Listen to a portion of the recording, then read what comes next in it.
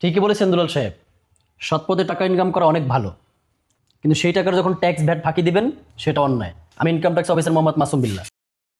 আমি রাজু। স্যার আমি তো নিয়মিত ট্যাক্স প্রদান করি। আপনি কত টাকা ট্যাক্স দেন এবং কতটুকু ফাঁকি দেন সমস্ত রিপোর্ট আমাদের কাছে আছে। আপনার এই ব্যবসা প্রতিষ্ঠানের ট্যাক্স ভ্যাট ফাঁকি দেওয়ার তথ্য আমাদের কাছে আগে থেকেই ছিল, সেটা আজকে তদন্ত করতে এসে আমরা হাতে নাতে প্রমাণ পেলাম। আর আপনি স্যারের সাথে এতক্ষণ পর্যন্ত যা কিছু বলেছেন সব কিছু আমার মোবাইলে রেকর্ড করা আছে। স্যার একটু থামেন। স্যার এই টাকাটা আপনারা রাখেন আর সব কিছু এখানেই মিটমাট করে দেন।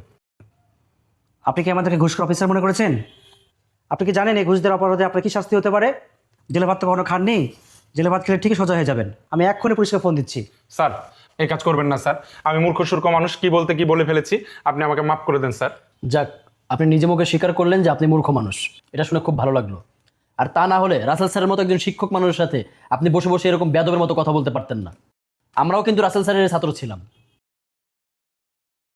বাবা, তোমাদেরকে দেখে আমি প্রথমেই চিনে ফেলেছিলাম, কিন্তু তোমরা যে কাজে এসছো ওই কাজে আসলে আমি বাধা দিতে চাচ্ছিলাম না, এই কারণে চুপচাপ দাঁড়িয়ে থেকে দেখছিলাম। স্যার আপনি তো ওনাদেরকে চিনেন স্যার, স্যার আমার জন্য একটা কিছু করেন। এই মার্কেটে আমার অনেক মান সম্মান আছে, যদি জানাজানি হয়ে যায় সব শেষ হয়ে যাবে স্যার। দেখো মাসুম, ও তোর ভুলটা বুঝতে পেরেছে, তোমাদের পক্ষ থেকে ওর জন্য কিছু করা যায় কিনা। ঠিক আছে স্যার, আপনার সম্মানের দিকে তাকিয়ে আমি ওকে কোনো ফাইন চার্জ করছি না, কিন্তু ও এতদিন থেকে যে ট্যাক্স ব্যাটগুলো ফাঁকি দিয়েছে সেগুলো অবশ্যই পরিশোধ করতে হবে। আপনারা যেভাবে বলবেন আমি তাই করবো স্যার। ঠিক আছে, তাহলে আপনার ব্যবসায় যত ডকুমেন্ট আছে এবং ব্যাংকের স্টেটমেন্ট নিয়ে আগামীকাল সকাল 10টার মধ্যে আমাদের অফিসে যোগাযোগ করবেন। ঠিক আছে স্যার। ধন্যবাদ তোমাদেরকে আমার কথা রাখার জন্য।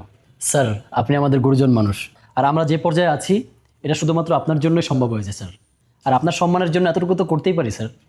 আর শোনো, আগামীকাল সকাল 10টার মধ্যে তোমার ব্যবসায়ের সমস্ত ডকুমেন্টস নিয়ে আমাদের অফিসে যোগাযোগ করবা, ঠিক আছে? ঠিক আছে স্যার। স্যার তাহলে আসি। আসসালামু আলাইকুম স্যার। আসসালামু আলাইকুম। ওয়ালাইকুম আসসালাম। ভালো থেকো বাবা। এখন তো বুঝতে পারলা শিক্ষিত আর অশিক্ষিতর মধ্যে পার্থক্য কি? ওরা কিন্তু ইচ্ছা করলেই তোমাকে অ্যারেস্ট করে নিয়ে যেতে পারতো। সরি স্যার, আমি না বুঝে আপনাকে অনেক কথা বলে ফেলেছি। আসলে স্যার আমি নিজে পড়াশোনা করিনি তো, তাই মনে করতাম পড়াশোনার কোনো মূল্যই নাই, টাকা পয়সায় সব কিছু।